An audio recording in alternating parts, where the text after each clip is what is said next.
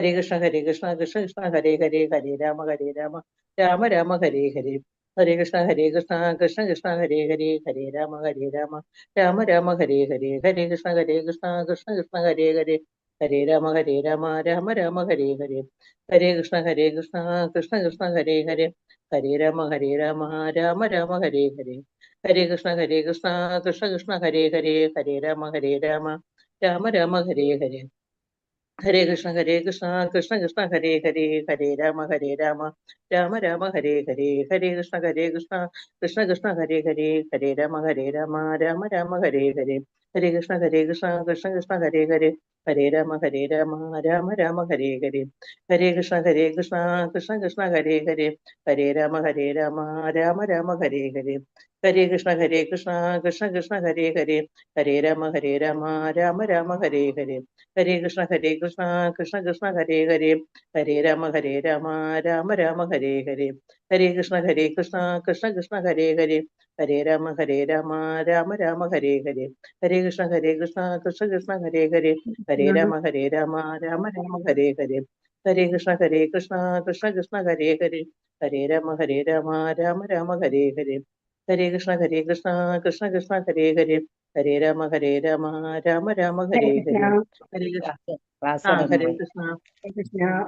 അജ്ഞാനതിമിരാന്തസ്യ ജ്ഞാനാഞ്ജനശലാകയാ ചക്ഷുരുന്മിലിതം തസ്മൈ ശ്രീഗുരവേ നമഃ. ശ്രീചൈതന്യമനോഭീഷ്ടം സ്ഥാപിതം മേന ഭൂതലേ സ്വയം രൂപ കഥാ മഹ്യം ദദാന്തി സ്വപദാന്തികം വന്ദേഹം ശ്രീഗുരു ശ്രീയുതപദകമലം ശ്രീഗുരും വൈഷ്ണവം ച ശ്രീരൂപം സാഗരജാതം സാഗണരഘുനാഥാനിധം തം സജീവം സാദ്വൈതം സാവധൂതം പരിജനസഹിതം ശ്രീകൃഷ്ണ ചൈതന്യദേവം ശ്രീരാധാകൃഷ്ണപാദാൻ സഗണലളിത ശ്രീവിശാഖാനിധം ഹേ കൃഷ്ണ കരുണാ സിന്ധു ദീനബന്ധു ജഗത്പതി ഗോപേശ ഗോപികാ കാന്ത രാധാ കാന്ത നമോസ്തുതേ. തപ്തകാഞ്ചന ഗൗരാംഗീ രാധേ വൃന്ദാവനേശ്വരി വൃഷഭാനുസുതേ ദേവി പ്രണമാമി ഹരിപ്രിയേ. വാഞ്ചാകൽപതരൂപ്യശ്ച കൃപാ സിന്ധുഭ്യേവ ച പതിതാനാം പാവനേഭ്യോ വൈഷ്ണവേഭ്യോ നമോ നമഃ. നമോ വിഷ്ണുപാദായ കൃഷ്ണപ്രേഷ്ഠായ ഭൂതലേ ശ്രീമതേ ഭക്തിവേദാന്ത സ്വാമിൻ ഇതി നാമിനെ. നമസ്തേ സാരസ്വതേ ദേവേ ഗൗരവാണി പ്രചാരിണേ നിർവിശേഷ ശൂന്യവാദി പാശ്ചാത്യദേശതാരിണേ. നാരായണം നമസ്കൃഭ്യാം നരം ചൈവ നരോത്തമം ദേവീം സരസ്വതീം വ്യാസം തതോ ജയമുദീരയത്. നഷ്ടപ്രായുഷ ഭദ്രേഷു നിത്യം ഭാഗവത സേവയാ ഭഗവതിർ ഉത്തമ ശ്ലോകേ ഭക്തിർഭവതി നൈഷ്ഠികീ. നമോ വിഷ്ണുപാദായ കൃഷ്ണപ്രേഷ്ഠായ ഭൂതലേ ശ്രീമതേ ജയപതാക സ്വാമിൻ ഇതി നാമിനെ. നമാചാര്യപാദായ നിതായ കൃപപ്രദായിനേ ഗൗരകഥാദാമതായ നഗരഗ്രാമധാരിണേ. ജയോ ശ്രീകൃഷ്ണ ചൈതന്യ പ്രഭോ നിത്യാനന്ദ ശ്രീ അദ്വൈത ഗദാധര ശ്രീവാസാദി ഗൗരഭക്തവൃന്ദ. ഹരേ കൃഷ്ണ കൃഷ്ണ കൃഷ്ണ കൃഷ്ണ ഹരേ ഹരേ ഹരേ രാമ രാമ ഹരേ ഹരേ. ഹരേ കൃഷ്ണ. ശ്രീ രാധാഗോവിന്ദ് തമിഴിന്റെ കീഴിലുള്ള ഭാഗവതം പഠനത്തിലേക്ക് എല്ലാവർക്കും സ്വാഗതം. ഹരേ കൃഷ്ണ, പ്രണാമം. നമ്മൾ 10ാമത്തെ ശ്ലോകമാണ് അല്ലെ തുടങ്ങി വെച്ചത്. അപ്പൊ ഇതിനു മുമ്പത്തെ ശ്ലോകത്തിൽ എന്താ പറഞ്ഞത്? ഭഗവാൻ സൂര്യനെ പോലെയാണ്. അപ്പൊ സൂര്യന്റെ ആ ഒരു രശ്മികൾ വരുമ്പോഴാണ് നമ്മൾക്ക് എല്ലാം വ്യക്തമായിട്ട് കാണാൻ സാധിക്കുന്നത് അല്ലെ. അതുവരെയ്ക്കും എന്താണ്, ഇരുട്ട് മൂടിയിരിക്കുന്നത് കാരണം കൊണ്ട് ഏതൊരു രൂപമാണെങ്കിലും അത് നമ്മളുടെ വീട്ടിലുള്ള വസ്തുക്കളാവട്ടെ ആളുകളാവട്ടെ മുമ്പിലുള്ള ആൾക്കാരെ നമുക്ക് വ്യക്തമായിട്ട് തിരിച്ചറിയാനായിട്ട് സാധിക്കില്ല, അല്ലെ ഇന്ന ആളാണ് എന്നുള്ളതൊക്കെ. അതുപോലെ തന്നെ നമ്മളെ മായ മൂടിയിരിക്കുകയാണ്. അപ്പൊ ഇരുട്ടിന് പകരപ്പെടാൻ എന്താണുള്ളത്? മായയാണ്. ആ മായ മൂടിയിരിക്കുന്നത് കാരണം കൊണ്ട് നമ്മൾ ആരാണ് എന്നുള്ളത് നമുക്ക് തിരിച്ചറിയാൻ സാധിക്കുന്നില്ല. നമ്മൾ ശരിക്കും പറഞ്ഞാൽ ഒരു നാടകത്തിലെ കഥാപാത്രങ്ങളിലെ പോലെയാണ്. ആ കഥാപാത്രങ്ങൾ ആണെന്ന് നമ്മൾ സ്വയം കൂടെ വിചാരിക്കുക. നമ്മൾ ശരിക്കും അതല്ല, ഒരു ക്യാരക്ടർ പ്ലേ ചെയ്യുന്ന മാതിരിയാണ് അത്. ഇപ്പോ സിനിമാ നടൻ എന്ന് പറയുന്നത് നമ്മൾക്ക് പ്രസിദ്ധമായിട്ടുള്ള പലരും ഉണ്ടാവും അല്ലെ, മോഹൻലാലോ മമ്മൂട്ടി ആരെങ്കിലും ആവട്ടെ. അവർ അഭിനയിക്കുന്ന ഒരു സിനിമ കണ്ടു കഴിയുമ്പോൾ നമ്മൾക്ക് തോന്നും ആ ഒരു കഥാപാത്രമാണെന്ന്. പക്ഷെ അവരുടെ റിയൽ ലൈഫും അതുമായിട്ട് എന്തെങ്കിലും ബന്ധമുണ്ടോ? ആ സിനിമ അഭിനയിച്ചു കഴിഞ്ഞു കഴിഞ്ഞാൽ അവർ ആ റോള് കഴിഞ്ഞു അല്ലെ, അവരത് കഴിഞ്ഞ് കഴിഞ്ഞാൽ വേറെ ഏതെങ്കിലും റോളിലേക്ക് പോകും. അതുപോലെ തന്നെയാണ് നമ്മളുടെ ജന്മങ്ങൾ എന്ന് പറയുന്നത്. ഓരോ ശരീരം നമ്മൾ എടുക്കുകയാണ്. ഒരു ജന്മത്തില് നമ്മൾക്ക് ഒരു റോളാണ് അഭിനയിക്കാനുണ്ടെന്നുണ്ടെങ്കിൽ അടുത്ത ജന്മത്തിൽ വേറൊരു റോളായിരിക്കും. പക്ഷെ ഇവിടെ എങ്ങനെയാണെന്നുണ്ടെങ്കിൽ ഒരു സിനിമ എന്ന് പറഞ്ഞാൽ ഡയറക്ടർ അനുസരിച്ച് അവർ പൈസ കൊടുക്കുന്നതിനനുസരിച്ച് അവർ പോയി അഭിനയിക്കുന്നതാണ്. പക്ഷെ ഇവിടെ നമ്മളുടെ ശരീരം നമ്മൾക്ക് ലഭിക്കുന്ന ഈ റോൾ എന്ന് പറയുന്നത് നമ്മൾക്ക് ലഭിക്കുന്നത് എന്തിൽ നിന്നാണ്? എന്തിൽ നിന്ന് ആർക്കെങ്കിലും പറയാൻ സാധിക്കും? ഭഗവാനാണ് തരുന്നത്, അതൊക്കെയാണ്. പക്ഷെ അത് ആരാണ് അത് തീരുമാനിക്കുന്നത്? ശരീരമാണ് നമ്മൾക്ക് കിട്ടാൻ പോണേന്നുള്ളത്? നമ്മളുടെ കർമ്മങ്ങള്. തീർച്ചയായിട്ടും മാതാജി കറക്റ്റ് ആയിട്ട് പറഞ്ഞു. അത് നമ്മളുടെ കർമ്മങ്ങളാണ്. ശരിക്കും നമ്മൾ എന്ത് തരത്തിലുള്ള കർമ്മങ്ങളാണ് ചെയ്യുന്നത്, അതിനനുസരിച്ചുള്ള ഒരു ശരീരമാണ് നമുക്ക് അടുത്ത ജന്മത്തിൽ നമുക്ക് കിട്ടുക. അപ്പൊ നമ്മുടെ ഓരോ പ്രവൃത്തിയും നമ്മുടെ ഓരോ വാക്കും അത്രയും ഇമ്പോർട്ടന്റ് ആണ് ഓരോ ലൈഫിലും എന്ന് പറയുന്നത്. അപ്പൊ അതുകൊണ്ടാണ് നമ്മൾ എന്ത് പറയുന്നത്, തെറ്റ് ചെയ്യാതിരിക്കണം, നമ്മൾക്ക് ശരിയായിട്ടുള്ള ബോധം ഉണ്ടാവണം. അതിനുവേണ്ടി എന്ത് ചെയ്യണം? ഭഗവാന്റെ അനുഗ്രഹം ഉണ്ടാവണം. ഭഗവാൻ എപ്പോഴും നമ്മളുടെ കൂടെ ഉണ്ടാവണം. ഭഗവാൻ നമ്മളെ കൈപ്പിടിച്ച് നടത്തുന്ന പോലെ ആയിരിക്കണം ഓരോ പ്രവൃത്തികളിലും തെറ്റ് സംഭവിക്കാതിരിക്കാൻ വേണ്ടിയിട്ട്. അതിനെന്ത് വേണം? നമ്മുടെ മായയിൽ നിന്നുള്ള ഒരു മോചനം നമ്മൾക്ക് വേണം. അതിനു വേണ്ടിയിട്ടാണ് എന്ത് ചെയ്യുന്നത്? നാമജപം ചെയ്യണം എന്ന് പറയുന്നത്. ഹരേ കൃഷ്ണ മന്ത്രം എന്നും ജപിക്കണം, തുടർച്ചയായും ജപിക്കണം എന്ന് നമ്മളോട് പറയുന്നത്. അതല്ലാതെ വേറെ മാർഗമില്ല എന്നുള്ളതാണ്. ഹരേർ നാമ ഹരേർ നാമ ഹരേർ നാമ ഇവ കേവലം കലവും നാസ്തേവ നാസ്തേവ നാസ്തേവ ഗതിർ അന്യഥ എന്നാണ്. ഹരിനാമമല്ലാതെ ഈ കലിയുഗത്തിൽ വേറൊരു മാർഗവും ഇല്ല ഭഗവാനെ കുറിച്ച് അറിയാനും ഭഗവാന്റെ അനുഗ്രഹം ലഭിക്കാനും എന്നുള്ളത്. ഹരേ കൃഷ്ണ. അപ്പൊ ഇനി 10ാമത്തെ ശ്ലോകമാണ് അല്ലെ?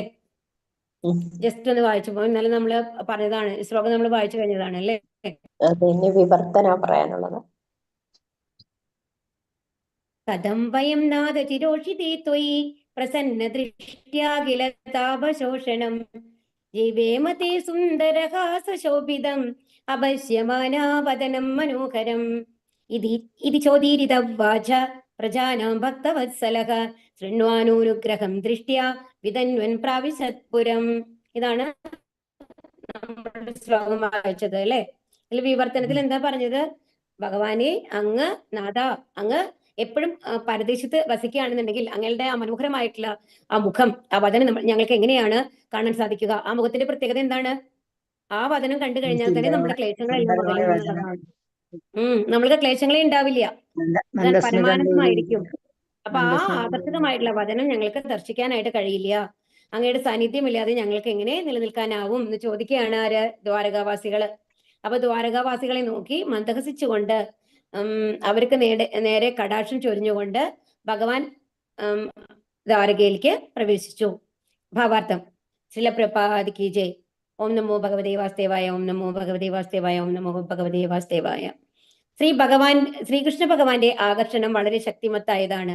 അത് എത്രത്തോളം എന്നാൽ ഒരിക്കൽ അദ്ദേഹത്താൽ ആകർഷിതനായാൽ അദ്ദേഹത്തിന്റെ വിയോഗം ഒരാൾക്ക് സഹിക്കുവാൻ കഴിയില്ല. അതാണ് ഒരു ട്രാപ്പിൽ പെടുക എന്ന് പറയില്ല. ഇപ്പൊ നമ്മള് പറയുമ്പോഴേ, ഇപ്പൊ ചായ കുടിക്കുന്നത് തന്നെ ഒന്ന് ആലോചിച്ച് നോക്കൂ. ചായയോ കാപ്പി സ്ഥിരം കുടിക്കുന്ന ആൾക്കാർക്ക് അറിയാം, ആ സമയമായി കഴിഞ്ഞാൽ ഒരു ചായ കുടിച്ചില്ലെങ്കിൽ തലവേദന വരണമാതിരി ഉണ്ടാവും, അല്ലെങ്കിൽ ഒരു അസ്വസ്ഥത നമ്മൾക്ക് തോന്നും. സത്യത്തിൽ ആ ചായ നമ്മൾക്ക് എന്താ തരുന്നത്? എന്തെങ്കിലും നമ്മൾക്ക് അത്രയും അധികം പോഷകമൂല്യമുള്ള ഒരു സാധനമാണ് ചായയും കാപ്പിയാന്ന് ആരും പറയാറില്ല. എന്നാലും നമ്മൾക്ക് അതിനോടൊരു ആകർഷണം വരുന്നുണ്ട് അല്ലെ? ആ സമയത്ത് തന്നെ നമ്മള് അത് കുടിക്കണം എന്നുള്ള ഒരു കാര്യം, നമുക്ക് രാവിലെ എണീറ്റ് കഴിഞ്ഞാൽ ഒരു കാപ്പി കിട്ടിയില്ലെങ്കിൽ അന്നത്തെ ദിവസം പോയ മാതിരിയാണ് എന്നുള്ള ഒരു തോന്നലുണ്ടാവും. ഇതൊക്കെ സൈക്കോളജിക്കൽ എഫക്ട്സ് ആണ് കേട്ടോ. അപ്പൊ അതുപോലെ തന്നെയാണ് ഇപ്പൊ കുടിക്കുന്ന ആൾക്കാരാണെന്നുണ്ടെങ്കിൽ എത്ര അത് കുടിക്കുന്നത് നമ്മൾക്ക് അറിയാം.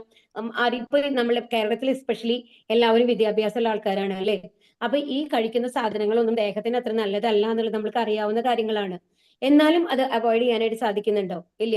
ഒരു തവണ അതിന് അഡിക്റ്റ് ആയി കഴിഞ്ഞു കഴിഞ്ഞാൽ, ഒരു സ്മോക്കിംഗ് ആവട്ടെ, കുടിക്കുന്നതാവട്ടെ, അത് സ്ഥിരം കണ്ടിന്യൂ ആയിരിക്കും. എത്രത്തോളം ഭാര്യമാര് കഷ്ടപ്പെട്ടാലും ഫാമിലിയിലുള്ള കുട്ടികൾ കഷ്ടപ്പെട്ട് കഴിഞ്ഞാലും അത് കഴിഞ്ഞ് അതിന്റെ ഹാങ് ഓവർ മാറുമ്പോൾ അവർക്ക് തോന്നും, ഓക്കെ, ഇനി ഞാൻ ചെയ്യില്ല, ഇനി ഞാൻ കുടിക്കില്ല, ഒരു ശബ്ദം എടുക്കും. പക്ഷെ നെക്സ്റ്റ് ഡേ ആ സമയമാകുമ്പോൾ എന്താ ഉണ്ടാവുക? വീണ്ടും അവർക്ക് അത് കൺട്രോൾ ചെയ്യാനായിട്ട് സാധിക്കില്ല. അപ്പൊ പക്ഷെ ഇവിടെ എന്താ പറയുന്നത്? നേരെ ഒരു പോസിറ്റീവ് ആയിട്ടുള്ള കാര്യം. ഇതൊക്കെ നമ്മൾ നെഗറ്റീവ് ആയിട്ടുള്ള കാര്യങ്ങളാണ് പറഞ്ഞത്. പക്ഷെ ഇവിടുത്തെ ആകർഷണം എന്താണ്? ശ്രീകൃഷ്ണ ഭഗവാന്റെ ആകർഷണമാണ്. ആ ആകർഷണം വന്നു കഴിഞ്ഞാൽ എന്താണ്? നമ്മൾ ആ ഭഗവാൻ ഒരു കാന്തം അല്ലെ, ഒരു ഇരുമ്പിന്റെ സാധനം, എത്ര ഇരുമ്പ് ഒരു കാന്തത്തിന്റെ അടുത്ത് കൊണ്ടുവന്ന് വെച്ച് കഴിഞ്ഞാലും അത് ആകർഷിക്കും അല്ലെ? അപ്പൊ ഇരുമ്പിന് തോന്നുകയാണ് ഇന്ന് ഞാൻ കാന്തത്തിന്റെ അടുത്തേക്ക് പോകില്ല എന്ന് പറഞ്ഞിട്ടുള്ള ഒരു അവസ്ഥ ഉണ്ടാക്കാൻ പറ്റുമോ? ഇല്ല. ഒരു പർട്ടിക്കുലർ ഡിസ്റ്റൻസിന്റെ അടുത്തേക്ക് വന്നു കഴിഞ്ഞാൽ അത് ഓട്ടോമാറ്റിക് ആയിട്ട് അതിലാണ്ട് ഒട്ടും. അങ്ങനെയല്ലേ? അതുപോലെയാണ് ഭഗവാൻ എന്നാണ് പറയുന്നത്. ഒരു തവണ ഭഗവാന്റെ ആകർഷണ വലയത്തിൽ പെട്ട് കഴിഞ്ഞാല് പിന്നെ ഭഗവാൻ ഇല്ലാണ്ട് ഇരിക്കാൻ പറ്റില്ല. അദ്ദേഹത്തെ ചിന്തിക്കാണ്ട് നമ്മൾക്ക് ഒരു നിമിഷം പോലും എന്താണ് യുഗായുധ നിമിഷന, ഒരുപാട് യുഗങ്ങൾ പോലെയാണ് നമുക്ക് തോന്നുന്നത്. അയ്യോ, ഭഗവാൻ ഇല്ലല്ലോ, ഭഗവാനെ കുറിച്ച് ഞാൻ ചിന്തിക്കുന്നില്ലല്ലോ. എപ്പോഴും നമുക്കൊരു ഗിൽറ്റി ഫീലിംഗ്, എന്തൊക്കെയോ അസ്വസ്ഥത അങ്ങനെ തോന്നുവാൻ തുടങ്ങും. അതാണ് ഭഗവാന്റെ ആകർഷണം എന്ന് പറയുന്നത്. എന്തുകൊണ്ടാണ് ഇതിങ്ങനെ? എന്തുകൊണ്ടെന്നാൽ സൂര്യകിരണങ്ങൾ സൂര്യഗോളവുമായി ശാശ്വതമായി ബന്ധപ്പെട്ടിരിക്കുന്നത് പോലെ നാം എല്ലാവരും ശാശ്വതമായി അദ്ദേഹവുമായി ബന്ധപ്പെട്ടിരിക്കുന്നു. അപ്പൊ നമ്മളുടെ യഥാർത്ഥ ബന്ധം എന്ന് പറയുന്നത് ഈ മായയുടെ പിടിയിലല്ലാത്ത ആ എന്താണ് പറയാ ജീവ ആത്മാ എന്ന് പറയുന്നുണ്ടല്ലോ, ആ ആത്മാവിന്റെ ബന്ധം ആരുമായിട്ടാണ്? ഭഗവാനുമായിട്ടാണ്. അത് കാന്തവും ഇതുമാതിരിയാണ്, ഒരു ഇരുമ്പ് സൂചിയും മാതിരിയാണ്. ശാശ്വതമായിട്ട് അതുമായിട്ടാണ് ബന്ധപ്പെട്ടിരിക്കുന്നത്.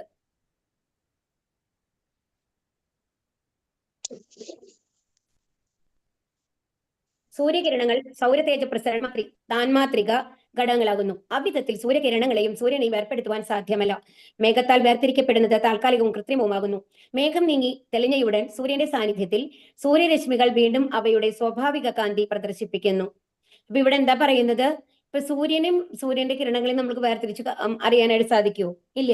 ആ ഒരു രാവിലെ ഒരു സൂര്യൻ ഉദിക്കുന്ന സമയത്തോ അല്ലെങ്കിൽ സൂര്യൻ അസ്തമിക്കുന്ന സമയത്തോ ആണ് ആ ചുവന്ന കളറുള്ള ഒരു ഗോളാകൃതിയിൽ നമ്മൾ സൂര്യനെ കാണുന്നത്. അതിനുശേഷം സൂര്യനെ നമ്മൾ അറിയുന്നത് എങ്ങനെയാണ്? സൂര്യകിരണങ്ങളായിട്ടാണ് അല്ലെ? അപ്പൊ നമ്മൾക്ക് സൂര്യനെയും സൂര്യകിരണങ്ങളെയും വേർതിരിക്കാനായിട്ട് നമുക്ക് സാധിക്കില്ല. അതുപോലെ മേഘത്താൽ വേർതിരിക്കപ്പെടുന്നത് താൽക്കാലികവും കൃത്രിമവുമാകുന്നു. അപ്പൊ നമ്മൾക്ക് പറയാം, അയ്യോ ഇപ്പൊ ക്ലൗഡ് ഒക്കെ വന്നു കഴിഞ്ഞാൽ നിറയെ മേഘങ്ങൾ മൂടി മഴ വരണ ഒരവസ്ഥയാണെന്നുണ്ടെങ്കിൽ നമുക്ക് സൂര്യകിരണങ്ങൾ കാണാൻ സാധിക്കുന്നില്ലല്ലോ അല്ലെ? പക്ഷേ അതെന്താണ്? ഒരു താൽക്കാലികമോ കൃത്രിമോ ആണ്, നമ്മൾക്ക് അറിയുന്നില്ല എന്നുള്ളത് മാത്രമാണ്. ഉള്ളിലുള്ള നിലനിൽക്കുന്നത് എപ്പോഴും ഉണ്ട്. ഇപ്പൊ സൂര്യൻ ഇപ്പോ രാത്രി വന്നു കഴിഞ്ഞിട്ട് നമ്മൾ സൂര്യനെ കാണുന്നില്ല അല്ലെ? അപ്പൊ ആ സമയത്ത് ഇപ്പൊ സന്ധ്യാസമയം കഴിഞ്ഞ് സൂര്യനെ കാണാത്തത് കൊണ്ട് സൂര്യൻ ഇല്ല എന്ന് നമുക്ക് പറയാൻ പറ്റും? ഇല്ല. കാരണം സൂര്യൻ ഇപ്പോഴും നിലനിൽക്കുന്നുണ്ട്, നമ്മളുടെ കണ്ണിൽ നിന്ന് മറഞ്ഞിരിക്കുന്നു എന്ന് മാത്രമല്ലേ ഉള്ളൂ. അതുപോലെ തന്നെ മേഘങ്ങൾ നമ്മളുടെ ഇടയിൽ വന്നു കഴിഞ്ഞിട്ട് സൂര്യനിൽ നിന്ന് നമ്മുടെ നമ്മള് സൂര്യനിൽ നിന്ന് മറയ്ക്കപ്പെടുകയാണ് ചെയ്യുന്നത്. ഒരു ഇടയിൽ വന്നു കഴിഞ്ഞിട്ട് ആ മേഘം വന്ന് നിൽക്കുന്നത് കൊണ്ട്. അപ്പൊ അതുകൊണ്ട് അതിന്റെ അപ്പുറത്ത് സൂര്യൻ ഇല്ല എന്ന് പറയാൻ പറ്റുമോ? ഇല്ല. സൂര്യരശ്മികൾ ഇല്ല എന്ന് പറയാൻ പറ്റുമോ? ഇല്ല. സൂര്യനിൽ നിന്ന് എപ്പോഴും സൂര്യരശ്മികൾ വരുന്നുണ്ട്. അത് നമ്മളിൽ നിന്ന് അകലെയാണ് എന്നുള്ളത് മാത്രമേ ഉള്ളൂ. അപ്പൊ മേഘം നീങ്ങി തെളിഞ്ഞയുടൻ സൂര്യന്റെ സാന്നിധ്യത്തിൽ സൂര്യരശ്മികൾ വീണ്ടും അവയുടെ സ്വാഭാവിക കാന്തി പ്രദർശിപ്പിക്കുന്നു. അതേപോലെ സമ്പൂർണ്ണ ആത്മാവിന്റെ താൻമാത്രിക ഘടകങ്ങളായ ജീവസത്തകൾ മായശക്തിയുടെ കൃത്രിമ ആവരണത്താൽ ഭഗവാനിൽ നിന്നും വേർതിരിക്കപ്പെട്ടിരിക്കുന്നു. അപ്പൊ ഇവിടെ മേഘങ്ങള് നമ്മളെ സൂര്യനിൽ നിന്ന് മറയ്ക്കുന്നത് പോലെ എന്താണ്ടാവുന്നത്? നമ്മളുടെ യഥാർത്ഥ സ്വരൂപത്തിന് ഇടയിൽ വന്നിട്ട് മായ വന്നിരിക്കുകയാണ്. ആ മായ വന്നു കഴിഞ്ഞിട്ട് നമ്മുടെ ഭഗവാനിൽ നിന്നും നമ്മളെ മറച്ചിരിക്കുകയാണ്. അതുകൊണ്ടാണ് ഭഗവാനെ നമ്മൾ മറന്നുപോയിരിക്കുന്നത്. ഭഗവാനും നമ്മളുമായിട്ടുള്ള ബന്ധം നമ്മൾ മറന്നുപോയിരിക്കുന്നത്.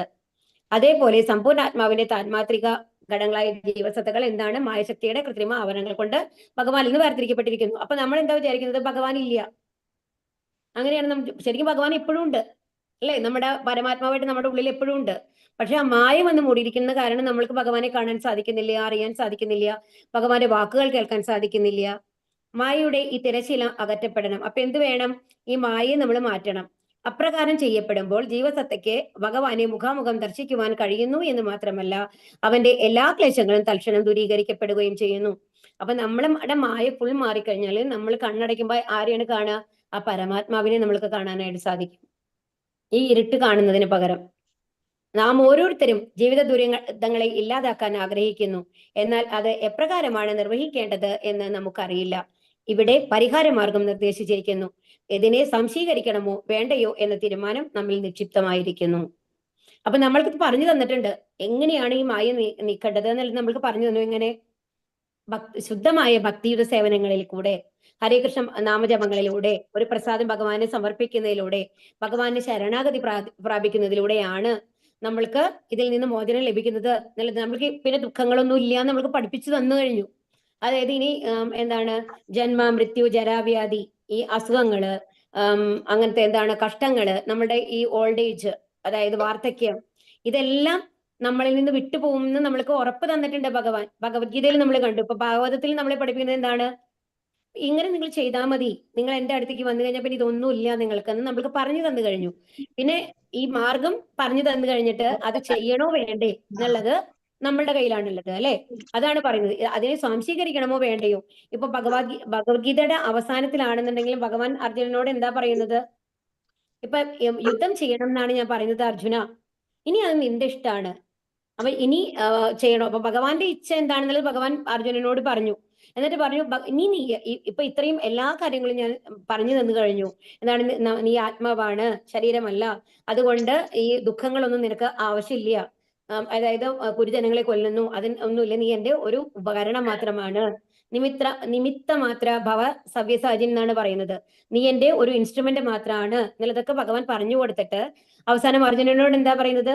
ഇനി നിനക്ക് യുക്തം എന്ന് തോന്നുന്നത് നീ തീരുമാനിക്കൂ എന്നാണ് പറയുന്നത്. ഒരിക്കലും ഭഗവാൻ പറയുന്നില്ല നീ ഇങ്ങനെ ചെയ്യണം അങ്ങനെ ചെയ്യണം എന്ന് പറയുന്നില്ല. എന്നാൽ എല്ലാം പറഞ്ഞു തന്നു കഴിഞ്ഞിട്ട് ഇനി നീ തീരുമാനിക്കൂ എന്താണ് ചെയ്യേണ്ടത് എന്ന്. ആ ഒരു സ്വാതന്ത്ര്യം എപ്പോഴും ഭഗവാൻ നമ്മൾക്ക് തന്നിട്ടുണ്ട്. അപ്പൊ ഇതിനും നമ്മളെ പഠിപ്പിച്ചു തരികയാണ്, ഇന്നതൊക്കെയാണ് ചെയ്യേണ്ടത്. ഇനി തീരുമാനം എടുക്കേണ്ടത് നമ്മളാണ്. അത് വേണോ വേണ്ടയോ, അതോ ഇങ്ങനെ കഷ്ടപ്പെട്ടിരിക്കണോ വേണ്ടയോ എന്നുള്ളത് നമ്മളുടെ തീരുമാനമാണ്. ഈ ശ്ലോകം 11. ഓം നമോ ഭഗവതേ വാസുദേവായ, ഓം നമോ ഭഗവതേ വാസുദേവായ, ഓം നമോ ഭഗവതേ വാസുദേവായ. മധുഭോജ ദശാർഹാർഹ ചൊല്ലിക്കോളൂ. ദശാർഹാർഹ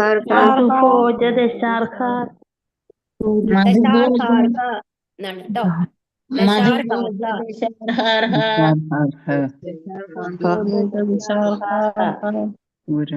പുരാന്തക വൃഷ്ണിഭിഃ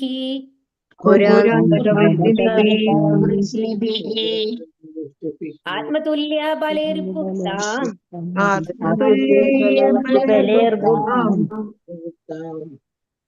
നാഗൈർഭോഗവതീമിവ.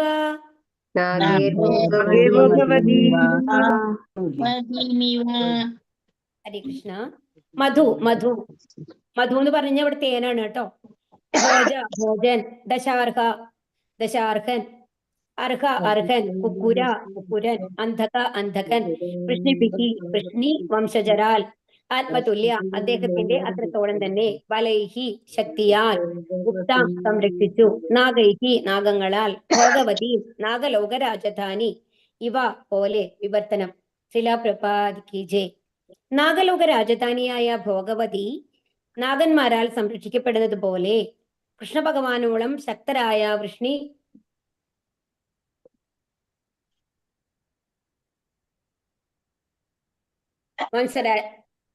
വംശജരായ ഭോജൻ, മധു, ദശാർഹൻ, അർഹൻ, കുകുരൻ, അന്തകൻ തുടങ്ങിയവരാൽ ദ്വാരക സംരക്ഷിക്കപ്പെട്ടിരുന്നു. അപ്പൊ ദ്വാരകയുടെ ഈ ദ്വാരപാലകന്മാരെന്ന് പറയും നമ്മളല്ലേ, കാവൽക്കാര് ഉണ്ടാവും. പണ്ടത്തെ രാജ്യങ്ങളിലൊക്കെ ഓരോ ഭാഗം അത്രയും വലിയ രാജ്യമായിരിക്കുമല്ലോ. അപ്പൊ അതിന്റെ ഓരോ ഭാഗത്തും ഓരോ ആൾക്കാരെ ഏൽപ്പിച്ചിട്ടുണ്ടാവും. എന്താണ് അതിക്രമിച്ച് ആരും വരാതിരിക്കാനായിട്ട്, ആരെങ്കിലും അടുത്ത രാജ്യങ്ങളിലെ ആൾക്കാർ യുദ്ധത്തിന് വരുന്നുണ്ടോ എന്ന് അന്വേഷിക്കാനായിട്ട് അതിന്റെയൊക്കെ ചുമതല ഓരോരുത്തരെ ഏൽപ്പിച്ചിട്ടുണ്ടാവും. അതാണ് ഇവിടെ പറയുന്നത്. ഭോജൻ, മധു, ദശാർഹൻ, അർഹൻ, കുകുരൻ, അന്ധകൻ ഇവരാണ് ദ്വാരകയെ സംരക്ഷിച്ചിരുന്ന ആൾക്കാര് എന്ന് പറയുന്നത്. അപ്പൊ ഇതിനു മുമ്പ് നാഗലോകം സംരക്ഷിച്ചിരുന്ന ആരാണ്? നാഗലോകത്തിൽ ആ പേരെന്താ പറഞ്ഞത് നോക്കൂ. ഭോഗവതി എന്നാണ് നാഗലോകത്തിന്റെ രാജധാനിയുടെ പേര്. അത് നാഗങ്ങളാണ് സംരക്ഷിച്ചിരുന്നത്. അതുപോലെ ദ്വാരകയെ സംരക്ഷിച്ചിരുന്നത് ഇവര് ഈ പറഞ്ഞ ആൾക്കാരൊക്കെയാണ്. ഭാവാർത്ഥം. ശീലപ്രപാദ് കി ജയ്. ഭൂലോകത്തിന് കീഴെയാണ് നാഗലോകം സ്ഥിതി ചെയ്യുന്നത്. അതാണ് നമ്മുടെ പാതാള ലോകങ്ങളിലാണ് ഈ നാഗലോകങ്ങളിൽ നിന്ന് വരുന്നത് കേട്ടോ.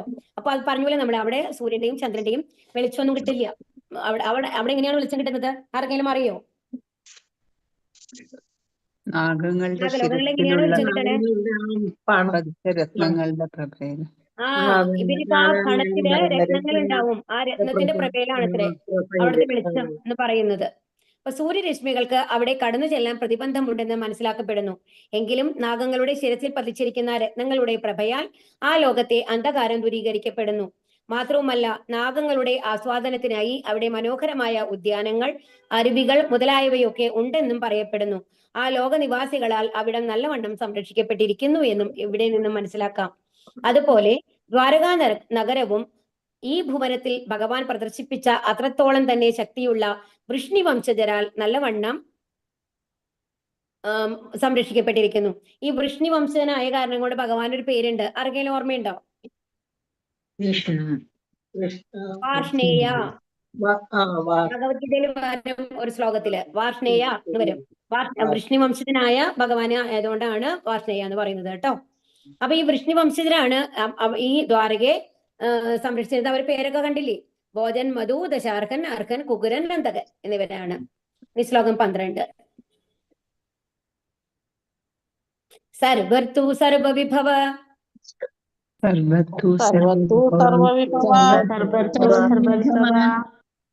പുണ്യവൃക്ഷലതാശ്രമൈഃ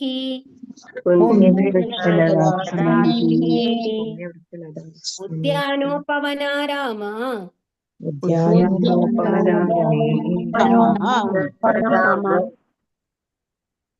രാമയിൽ നിർത്താം. വൃത പത്മാകരശ്രിയാം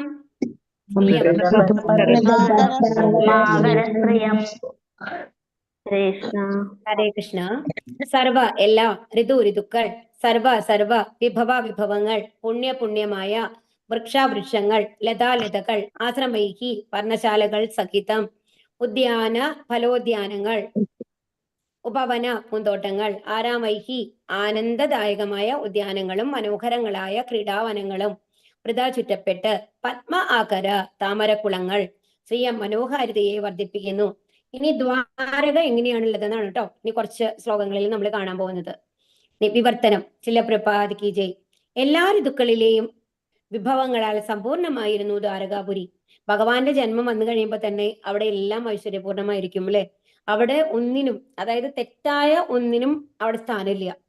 അപ്പൊ ഋതുക്കളാണെന്നുണ്ടെങ്കിലും അതതിന്റെ ഡ്യൂട്ടികൾ മനോഹരമായിട്ട് ചെയ്യുന്നുണ്ടായിരിക്കും. അപ്പൊ നമ്മൾക്ക് വരൾച്ച വരുന്നു എന്ന് പറയുമ്പോൾ ഏതെങ്കിലും എന്താണ് ശരിക്കും മഴ പെയ്യേണ്ട സമയത്ത് മഴ പെയ്യുന്നില്ല എന്ന് വിചാരിക്കും. അപ്പോഴാണല്ലോ വരൾച്ച വരുന്നത്. അപ്പൊ ആ മഴ പെയ്യുന്നില്ല എന്നുണ്ടെങ്കിൽ എന്താ അതിന്റെ അർത്ഥം? ആ ഋതു അതിന്റെ കാര്യം മര്യാദയ്ക്ക് ചെയ്യുന്നില്ല എന്നാണ് അല്ലെ. ഒന്നാലോചിച്ച് നോക്കൂ. അപ്പൊ പക്ഷെ അവിടെ അങ്ങനെയല്ല. ഇപ്പൊ ഭഗവാന്റെ ആ ഒരു സാന്നിധ്യം ഉള്ളപ്പോ എല്ലാവരും അവരവരുടെ കാര്യങ്ങള് 100% പെർഫെക്റ്റ് ആയിട്ടാണ് ചെയ്തുകൊണ്ടിരിക്കുന്നുണ്ടായിരിക്കുക. അപ്പൊ എല്ലാ ഋതുക്കളിലെയും വിഭവങ്ങൾ സമ്പൂർണമായിരുന്നു ദ്വാരകാപുരി.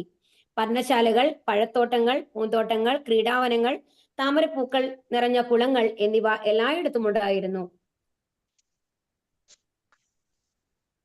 ഭാവാർത്ഥം. ശീല പ്രഭാതിക്ക് ജയ്. പ്രകൃതിയുടെ വരദാനങ്ങളെ അവയുടേതായ രീതിയിൽ വിനിയോഗിക്കുന്നതിലൂടെയാണ് മാനവ സംസ്കാരത്തിന്റെ പരിപൂർണത സാധ്യമാകുന്നത്. ഇതിൽ നൽകിയിരിക്കുന്ന ദ്വാരകയുടെ സമൃദ്ധിയുടെ വിവരണങ്ങളിൽ നിന്നും അവിടം പൂന്തോട്ടങ്ങളാലും ഫലോദ്യാനങ്ങളാലും താമരപ്പൂക്കൾ വളരുന്ന ജലസംഭരണികളാലും സമൃദ്ധമായിരുന്നു എന്ന് നമുക്ക് മനസ്സിലാക്കാം. ആധുനിക നഗരങ്ങളുടെ ആവശ്യ അനുസാരികകളായ അറവുശാലകളുടെ പിൻബലമുള്ള വ്യവസായശാലകളെ പറ്റിയോ യന്ത്രശാലകളെ സംബന്ധിച്ചോ യാതൊരു പരാമർശവുമില്ല. അപ്പൊ ഇവിടെ എന്താ പറയുന്നത്? പൂർണ്ണമായിട്ടും ഒരു പ്രകൃതിയുമായി ബന്ധപ്പെട്ട രീതിയിലാണ് പറയുന്നത് അല്ലെ. അവിടെ പൂന്തോട്ടങ്ങള്, ഫലത്തോട്ടങ്ങള്, അതായത് അവർക്ക് ഇഷ്ടം പോലെ ഭുജിച്ച് വേണ്ടാന്ന് വെക്കുന്ന അത്രയ്ക്കും സാധനങ്ങളാണ് അവർക്ക് ഉണ്ടായിരുന്നത്. അപ്പൊ നമ്മൾ ഒന്ന് ആലോചിച്ച് നോക്കൂ, നമ്മൾ എന്തിനാണ് കഷ്ടപ്പെടുന്നത്? സത്യം പറഞ്ഞാൽ എന്തിനാ കഷ്ടപ്പെടണേ? 3 നേരം അല്ലെങ്കിൽ 4 നേരോ 5 നേരോ നമ്മൾക്ക് മതിയായ ഭക്ഷണം ലഭിക്കണം അല്ലെ. അതാണ് ഏറ്റവും ആദ്യത്തെ. അപ്പൊ എല്ലാ സുഖ സൗകര്യങ്ങളും ഉണ്ടെന്ന് വെച്ചോളൂ. അപ്പൊ നമ്മൾക്ക് AC ഉണ്ട്, ഒരു വീട്ടില് അത്രയും എന്താ പറയാ കാറ്റ് കിട്ടുന്നതിനുള്ള സാധനങ്ങളോ സുഗന്ധദ്രവ്യങ്ങളോ അതെല്ലാം നിറഞ്ഞു വെച്ച ഒരു വീട്ടിൽ വന്നു കഴിഞ്ഞിട്ട് ഭക്ഷണ സാധനങ്ങൾ ഇല്ലാന്ന് വെച്ചോക്കൂ. എല്ലാം നമുക്ക് ഇഷ്ടത്തിന് വസ്ത്രങ്ങളുണ്ട്, ബാക്കി എല്ലാ കാര്യങ്ങളും ഉണ്ട്, എന്നാൽ ഭക്ഷണത്തിനുള്ള സൗകര്യങ്ങളില്ല. അങ്ങനെയാണെങ്കിൽ എത്ര ദിവസം അവിടെ ജീവിക്കാനായിട്ട് സാധിക്കുമെന്ന് ആലോചിച്ച് നോക്കൂ. ആരെങ്കിലും അവിടെ ജീവിക്കാൻ സാധിക്കുമോ? അതല്ല, കുറച്ച് സൗകര്യങ്ങൾ കുറഞ്ഞാലും 3 നേരം നമ്മൾക്ക് സമാധാനമായിട്ട് ഭക്ഷണം കഴിച്ചിരിക്കാന്നുണ്ടെങ്കിൽ ഏതാണ് നമ്മൾ ഓപ്റ്റ് ചെയ്യുക? കാരണം ഭക്ഷണം കഴിക്കാതിരിക്കാൻ നമുക്ക് സാധിക്കുമോ? നമ്മുടെ ലൈഫ് സർവൈവ് ചെയ്യാനായിട്ട് സാധിക്കുമോ? സാധിക്കില്ല. അപ്പോ ഇവിടെ അങ്ങനത്തെ ഒരു ഇമ്പോർട്ടൻസ് ആണ് ഇവിടെ കാണുന്നത്. നോക്കി നോക്കൂ, പൂന്തോട്ടങ്ങളാൽ ഫലോദ്യാനങ്ങള്, താമരപ്പൂക്കൾ വരുന്ന ജലസംഭരണികൾ, അതെല്ലാം കൊണ്ടും സമൃദ്ധമായിരുന്നു ദ്വാരക. പക്ഷെ അവിടെ ഒരിക്കലും എന്ത് പറയുന്നില്ല? വ്യവസായശാലകൾ ഉണ്ടായിരുന്നു, യന്ത്രശാലകൾ ഉണ്ടായിരുന്നു, അതുപോലെ അറവുശാലകൾ ഉണ്ടായിരുന്നു എന്നൊന്നും പറയുന്നില്ല. പ്രകൃതിയുടെ സ്വന്തം വരദാനത്തെ പ്രയോജനപ്പെടുത്തുവാനുള്ള പ്രവണത ഇപ്പോഴും ആധുനിക പരിഷ്കൃത മനുഷ്യന്റെ ഹൃദയത്തിൽ പോലുമുണ്ട്. ആധുനിക സംസ്കാരത്തിലെ നേതാക്കൾ അവരുടെ സ്വവസതികൾ അഥവാ അത്തരം പ്രകൃത്യാ മനോഹരങ്ങളായ ഉദ്യാനങ്ങളും ജലസംഭരണികളുമുള്ള ഒരു സ്ഥലത്തിൽ തിരഞ്ഞെടുക്കുന്നു. എന്നാൽ സാമാന്യ ജനങ്ങളെ ഉദ്യാനങ്ങളും പൂന്തോട്ടങ്ങളും ഒന്നുമില്ലാത്ത ഞെരുങ്ങിയ സ്ഥലങ്ങളിൽ വസിക്കുവാനായി കൈവിടുന്നു. നമ്മുടെ മുക്കാഭാഗം ആൾക്കാരല്ലേ, ഇപ്പൊ സിറ്റിയിൽ താമസിക്കുന്ന ആൾക്കാർക്ക് ഒരു മരുന്ന് പോലും ഉള്ളത് കാഴ്ച വസ്തുക്കളാണ്. ഈ അപ്പാർട്ട്മെന്റിലൊക്കെ താമസിക്കുന്ന ആൾക്കാർക്ക് ഇപ്പൊക്കെ നിറയെ ഉള്ളിൽ വെക്കാവുന്ന ചെടികളൊക്കെ നമ്മൾ കൊണ്ടുവന്ന് വെക്കാറുണ്ട്. എങ്കിൽ കൂടി അതിന്റെ എണ്ണം വളരെ കുറവായിരിക്കും അല്ലെ. ഒരു എന്താ പറയാ, പച്ചപ്പ് എന്ന് പറയുന്നത് കാണാൻ പറ്റാത്ത സ്ഥലങ്ങളാണ് അധികവും ഉണ്ടാവുക. എന്നാൽ സാമാന്യ അത് തന്നെയുമല്ല, ഇപ്പൊ സെൻട്രലൈസ്ഡ് AC എന്നുള്ള കൺസെപ്റ്റ് ഒക്കെ വരുമ്പോൾ നമ്മൾ എന്താണ്, ഒരു AC കൊണ്ടുവന്നിട്ട് കഴിഞ്ഞാൽ എല്ലാ ജനലുകളും അടച്ച് എല്ലാ വാതിലുകളും അടച്ചിട്ടുള്ള ഒരു ജീവിതമാണ് അല്ലെ. ഒന്ന് ആലോചിച്ച് നോക്കൂ. എസ്പെഷ്യലി നമ്മൾ പുറത്തെ രാജ്യങ്ങളിലൊക്കെ പോയി താമസിക്കുന്ന ആൾക്കാർക്ക് അറിയുന്നുണ്ടായിരിക്കും. എന്നാൽ സാമാന്യ ജനങ്ങളെ ഉദ്യാനങ്ങളും പൂന്തോട്ടങ്ങളും ഒന്നുമില്ലാത്ത ഞെരുങ്ങിയ സ്ഥലങ്ങളിൽ വസിക്കുവാനായി കൈവിടുന്നു. ഇവിടെ തീർച്ചയായും ദ്വാരകാപുരിയെ സംബന്ധിച്ച് വ്യത്യസ്തമായ ഒരു വിവരണമാണ് നമുക്ക് ലഭിക്കുന്നത്.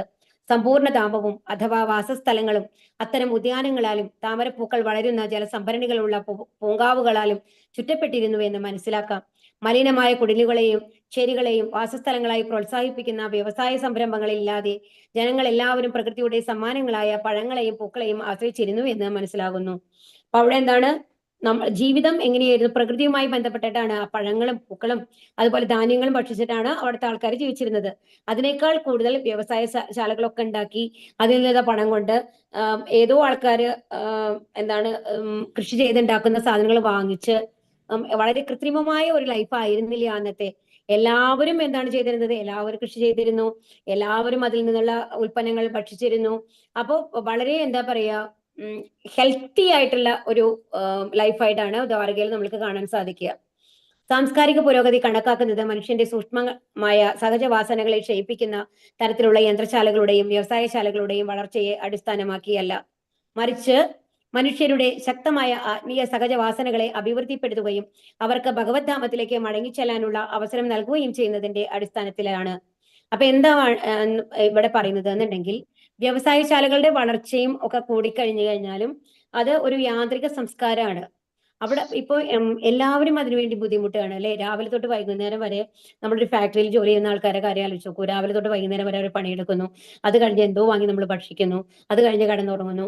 അപ്പം അവിടെ വന്നു കഴിഞ്ഞിട്ട് ഒരു പ്രകൃതിയുമായിട്ട് ഒരു ബന്ധമില്ല. പരസ്പര ബന്ധങ്ങൾ വളരെ കുറയാണ്. നമ്മളുടെ ഓരോ കാര്യങ്ങളും അഡ്വാൻസ് ആവും തോറും ആർക്കും, ഒരു IT കമ്പനികളിലൊക്കെ നന്നായിട്ട് ജോലി ചെയ്യുന്ന ആൾക്കാർക്ക് നല്ല ശമ്പളം കിട്ടുന്നുണ്ടായിരിക്കാം, പക്ഷെ അവിടെ പരസ്പര ബന്ധങ്ങൾ കുറവാണ്. എല്ലാവരും അവരുടെ ഒരു ലാപ്ടോപ്പ് മുമ്പിൽ ഇരുന്നുകൊണ്ട് രാവിലെ തൊട്ട് വൈകുന്നേരം വരെ അതിനെ ചുറ്റി ഉള്ള ഒരു പ്രവർത്തനമാണ് നമ്മൾ കാണുന്നത് അല്ലെ.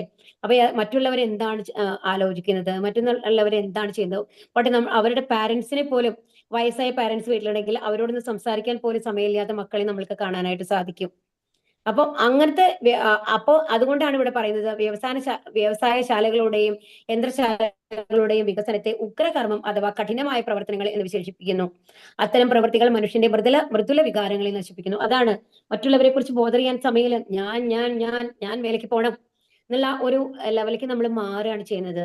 നമ്മൾ കഠിനഹൃദയരായി മാറുകയാണ് എന്നാണ് പറയുന്നത്. സമൂഹത്തിൽ അപ്പുറത്തെ വീട്ടിൽ എന്താ നടക്കുന്നത്, അപ്പുറത്തെ വീട്ടിലെ കുട്ടികൾക്ക് അസുഖമുണ്ടോ, അവരെന്ത് ചെയ്യുന്നു എന്നുള്ളതെങ്കിലും നമ്മൾ പറയാറുണ്ടോ? ഇല്ല. നമ്മൾ മിക്കവാറും നമ്മളൊരു ടിവിയുടെ മുമ്പിൽ ഉണ്ടാവും, അല്ലെങ്കിൽ നമ്മുടെ പ്രവൃത്തികളിൽ നമ്മൾക്ക് സമയം അവസാനിപ്പിക്കേണ്ടി വരും. ജോലി കഴിഞ്ഞ് സമയമില്ല ആരോട് സംസാരിക്കാനോ അവരുടെ വികാരങ്ങൾ അറിയാനോ, ഒന്ന് ചിരിക്കാൻ പോലും സമയമില്ലാത്ത ആൾക്കാരാണ് അല്ലെ. സമൂഹത്തെ അസുരന്മാരുടെ ഇരുട്ടറയാക്കി തീർക്കുകയും ചെയ്യുന്നു. അപ്പൊ അങ്ങനെ വരുമ്പോ തന്നെ എന്താണ്, ആ കമ്പാഷൻ, അതായത് ആർദ്രത എന്നുള്ള ഒരു വികാരം ഇല്ലാണ്ടാവുകയാണ്. ആ ഒരു എന്താ പറയാ, മറ്റുള്ളവരുടെ ലെവലിൽ നിന്ന് ചിന്തിക്കാനുള്ള കഴിവില്ലാണ്ടാവുകയാണ് ചെയ്യുന്നത്. ശരിക്കും പറഞ്ഞാല് ഋതുക്കൾ അനുസരിച്ചുള്ള ഫലപുഷ്പങ്ങളെ ഉത്പാദിപ്പിക്കുന്ന പുണ്യവൃക്ഷങ്ങളുടെ പരാമർശവും നമുക്ക് ഇവിടെ ദർശിക്കാം. പാഴ്വൃക്ഷങ്ങൾ ഉപയോഗശൂന്യമായ വനങ്ങൾ മാത്രമാകുന്നു. അവ വിറകായിട്ട് മാത്രം വിനിയോഗിക്കാൻ ഉതകുന്നതാണ്. ആധുനിക പരിഷ്കാര സമൂഹത്തിൽ അത്തരം പാഴ്വൃക്ഷങ്ങൾ വഴിവക്കിൽ വെച്ചുപിടിപ്പിക്കുന്നു. മാനവശക്തിയെ ആത്മീയ ബോധനത്തിനായി സൂക്ഷ്മമായ ഗ്രഹണശക്തികളെ വളർത്തിയെടുക്കാൻ ഉചിതമായി ഉപയോഗപ്പെടുത്തണം. അതിലാണ് ജീവിതത്തിന്റെ ഉത്തരമുള്ളത്. ഫലങ്ങൾ, പുഷ്പങ്ങൾ, മനോഹരങ്ങളായ ഉദ്യാനങ്ങൾ, കേളീവനങ്ങൾ, താറാവുകളും അരയന്നങ്ങളും താമരപ്പൂക്കൾക്ക് മധ്യ വിളയാടുന്ന തടാകങ്ങൾ മനുഷ്യ ശരീരത്തിന്റെ സൂക്ഷ്മകോശങ്ങളുടെ വളർച്ചയ്ക്ക് അത്യന്താപേക്ഷിതമാണ്.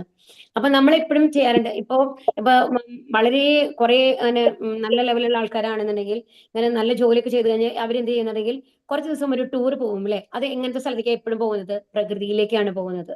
അങ്ങനെയല്ലേ പോവുക? എപ്പോഴും നല്ല ചെടികളോ എന്താണ് തടാകങ്ങളോ ഉള്ള സ്ഥലങ്ങളിലേക്ക് നമ്മൾ ഒരു യാത്രകൾ പോവാറുണ്ട്. അപ്പൊ അങ്ങനത്തെ ഒരു സ്ഥലത്ത് കുറച്ചു നേരം സ്പെൻഡ് ചെയ്യുമ്പോൾ തന്നെ നമ്മുടെ മനസ്സ് ഭയങ്കര റിലാക്സ് ആയിരിക്കും. അതെന്താ കാരണം? അതാണ് ഇവിടെ പറയുന്നത്. നമ്മളുടെ സൂക്ഷ്മ കോശങ്ങളുടെ വളർച്ചയ്ക്ക് ഇത്തരം എന്താണ് അറ്റ്മോസ്ഫിയർ, അതായത് പ്രകൃതിദത്തമായിട്ടുള്ള ആ ശുദ്ധമായ വായു ശ്വസിക്കുന്നത് വളരെ ആവശ്യമാണ് എന്നതാണ് പറയുന്നത്. പാലും വെണ്ണയും യഥേഷ്ടം നൽകുന്ന ഗോക്കൾ എന്നിവ ഇതിന് വിരുദ്ധമായ ഇരുളടഞ്ഞ ഖനികൾ, വ്യവസായശാലകൾ, പണിശാലകൾ എന്നിവ തൊഴിലാളി വർഗത്തിന്റെ ആസുരീയ പ്രവണത വളർത്തുന്നു. എപ്പോഴും യന്ത്രശാലകളിൽ ജോലി ചെയ്യുന്ന ആൾക്കാരെ മനസ്സും ഒരു ഹരേ കൃഷ്ണ ഒരു അസുരശക്തിമാരി ആയിട്ടുണ്ടാവും എന്നാണ് പറയുന്നത്. കാരണം ആരോടും ഒരു സ്നേഹം അവർക്ക് ഉണ്ടാവില്ല. നമ്മുടെ കാര്യങ്ങൾ നടക്കണം. അപ്പൊ യന്ത്രങ്ങളുടെ ഒരു ശബ്ദം പോലെ നമ്മളുടെ മനസ്സും ഭയങ്കര കൃത്രിമമായിട്ട് മാറും. ആരോടും ആ ഒരു സ്നേഹമില്ലാത്ത ഒരു മനസ്സായിട്ട് മാറും എന്നുള്ളതാണ് ഇവിടെ പറയുന്നത്. അപ്പം അതുകൊണ്ട് എന്ത് വേണം? തൽഫലമായി നിരവധി രീതികളിൽ അവർ തമ്മിൽ തീവ്ര സംഘട്ടനങ്ങൾ ഉണ്ടാവുന്നു. അപ്പോൾ നമ്മളുടെ എന്താണ്, നമ്മൾ റിലാക്സ്ഡ് അല്ലാന്നുണ്ടെങ്കിൽ, നമ്മൾ ഒരുപാട് സ്ട്രെസ്ഡ് ആണെന്നുണ്ടെങ്കിൽ എന്താണ് നടക്കുന്നത്? എല്ലാവരോടും നമുക്ക് ദേഷ്യം വരും. അതുകൊണ്ടാണ് ഈ സംഘട്ടനങ്ങളൊക്കെ ഉണ്ടാകുന്നത് എന്നാണ് പറയുന്നത്. ദ്വാരകാധാമത്തിന്റെ വിവരണം മാനവ സംസ്കാരത്തിന്റെ ഉത്കൃഷ്ട മാതൃകയാകുന്നു. അപ്പൊ ഈ ദ്വാരകാധാമത്തിന്റെ വിവരണം, അപ്പൊ നമ്മൾക്ക് ഈ ദ്വാരകാധാമം കണ്ടുകഴിഞ്ഞാൽ എന്താണ്, എല്ലായിടത്തും എന്താണ് പോയികകള്, അപ്പം എന്താണ്, പ്രകൃതി മനോഹരമായിട്ടുള്ള സ്ഥലങ്ങളാണ് എല്ലാം. അതുപോലെ ഇഷ്ടത്തിനാണ് പാലും വെണ്ണയും എന്ത് സാധനങ്ങൾ വേണമെങ്കിലും, ഭക്ഷ്യപദാർത്ഥങ്ങളൊക്കെ. അതുകൊണ്ട് തന്നെ അതിന് വേണ്ടിയിട്ട് വേറെ പ്രയത്നിക്കേണ്ട ആവശ്യമില്ല. അപ്പൊ നമ്മൾ മറന്നു പോകുന്ന ഒരു കാര്യം എന്താണെന്നുണ്ടെങ്കിൽ, നമ്മൾക്ക് വേണ്ടത് എന്താണ്?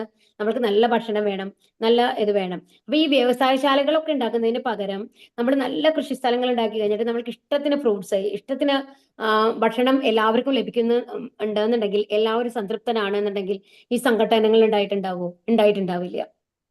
പക്ഷെ നമ്മൾ എന്താണ്, ആധുനിക സൗകര്യങ്ങൾ എന്ന് പറഞ്ഞു നമ്മൾ പോകുന്നത് എന്തിലേക്കാണ്? ആർക്കും ഒന്നും ഇല്ലാത്ത ഒരു അവസ്ഥയിലേക്കാണ് എന്നുള്ളതാണ് പ്രഭാത ഈ ഇതിലെ കൂടെ നമ്മൾ പറയുന്നത്. അപ്പൊ നമ്മൾ എന്ത് വേണം? മിക്കവാറും പ്രകൃതിയുമായി ബന്ധപ്പെട്ട് ജീവിക്കാൻ പഠിക്കണം. അപ്പോഴാണ് നമ്മളും നമ്മുടെ ഈ എന്താണ് ഡിപ്രഷൻ, സ്ട്രെസ്, അതിൽ നിന്നൊക്കെ ഒരു മോചനം, ഉത്കണ്ഠ, മെയിൻ ആയിട്ട് പറഞ്ഞാൽ നമ്മൾ മലയാളത്തിൽ പറഞ്ഞാൽ ഉത്കണ്ഠ എന്നുള്ളത് നമുക്ക് എപ്പോഴും ഒരു ഭയമാണ്. എന്താണ് സംഭവിക്കാൻ പോകുന്നത്? നാളേക്ക് ഇതുണ്ടാവില്ലയോ, അതുണ്ടാവില്ലയോ, നമ്മുടെ മക്കൾ എന്താണ് ചെയ്യാൻ പോകുന്നത്? അത്തരം ഉത്കണ്ഠകളിൽ നിന്ന് മോചനം ലഭിക്കും ഇത്തരം ഒരു അറ്റ്മോസ്ഫിയറിൽ ജീവിക്കാൻ തുടങ്ങി കഴിഞ്ഞാൽ.